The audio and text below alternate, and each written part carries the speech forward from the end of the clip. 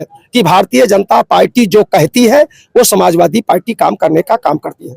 मुख्यमंत्री जब शपथ लेते हैं योगी जी, तो पूरा उनका परिवार जाकर के उनके कान में बात करता है। ना तो भाजपा में टिके रहेंगे और ना वो समाजवादी पार्टी में टिके रहेंगे।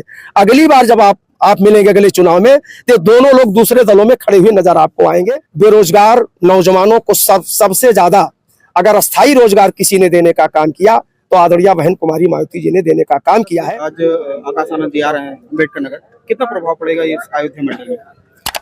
देखिए, वो हमारे नौजवानों के, हम सब लोगों के वो नेता हैं और आदरणीय बहन जी ने जिनको अपना उत्तराधिकारी बनाया है, श्री आकाश आनंद जी जब से निकले हैं इस चुनाव में और चुनाव से पहले भी जिस इलाके में भी जाते हैं, नौजवान आकाश आनंद जी को सुनने के लिए, देखने के लिए बेताब रहता है और उनके कार्यक्रमों में पहुंच करके उनको सुनने का काम करता है।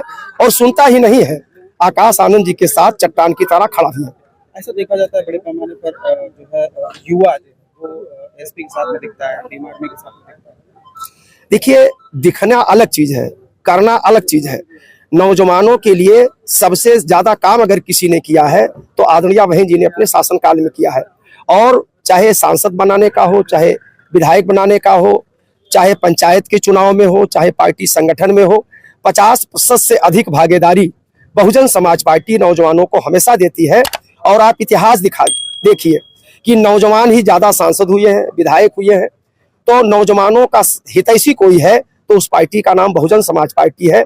आप जानते हैं कि 4 बार के शासनकाल में बेरोजगार नौजवानों को सबसे ज्यादा अगर अस्थायी रोजगार किसी ने देने का काम किया तो आदरणीय बहन कुमारी मायावती जी ने देने का काम किया है।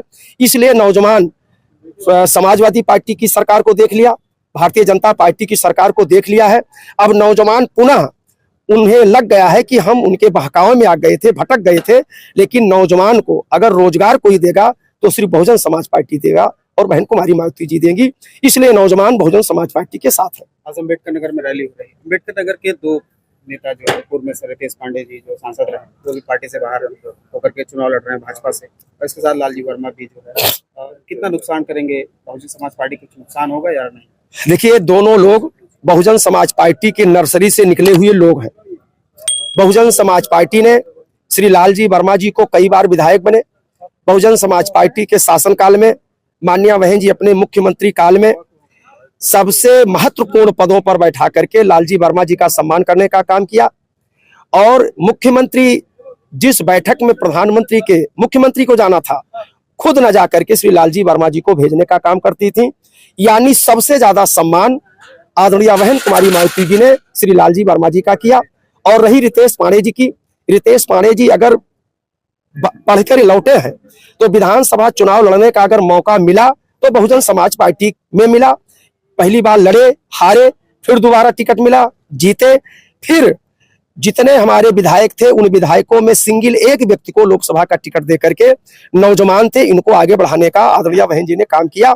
और सांसद ही नहीं, सांसद तो बने ही, बहुजन समाज पार्टी के संसदीय दल के नेता भी आदरणीय बहन जी ने इनको बनाने का काम किया, इनका सम्मान बढ़ाया। लेकिन चूंकि ये लोग परिस्थितियों के अनुसार पद पाने के लालच में ये भागते रहते हैं, ये कहीं अस्थायी रुकने वाले नहीं हैं।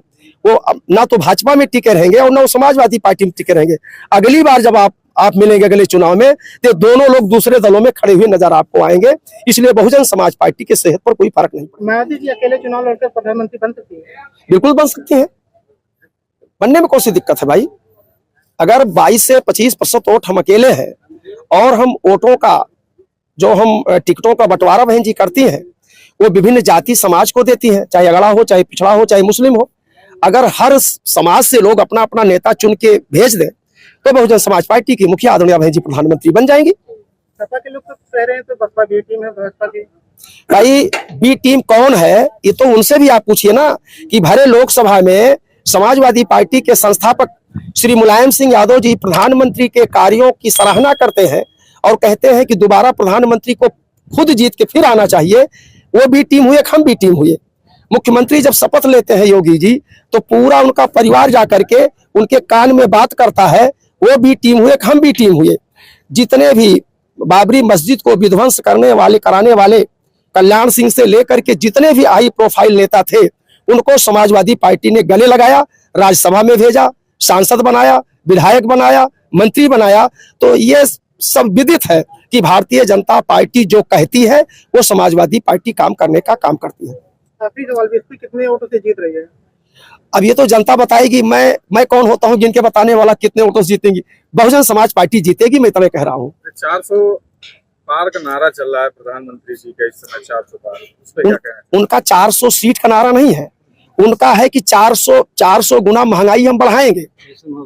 जब वो 2014 के चुनाव के मैदान में आए थे, उस समय रसोई गैस आपको पता है 300-350 का था।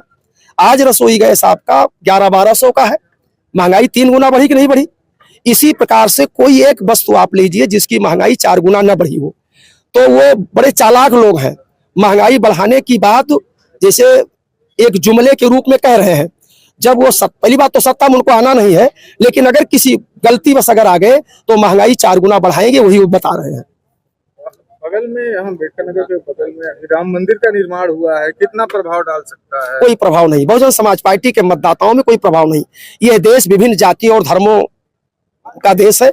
विभिन्न जाति और धर्म अपने अपने लोग मानते अपने धर्म को। धर्म और राजनीति से दोनों का कोई तालमेल नहीं है। हम उनका भी स्वागत करते हैं, हम उनका भी स्वागत करते हैं। बहुजन समाज पार्टी इस पचड़े में नहीं पड़ना चाहती है।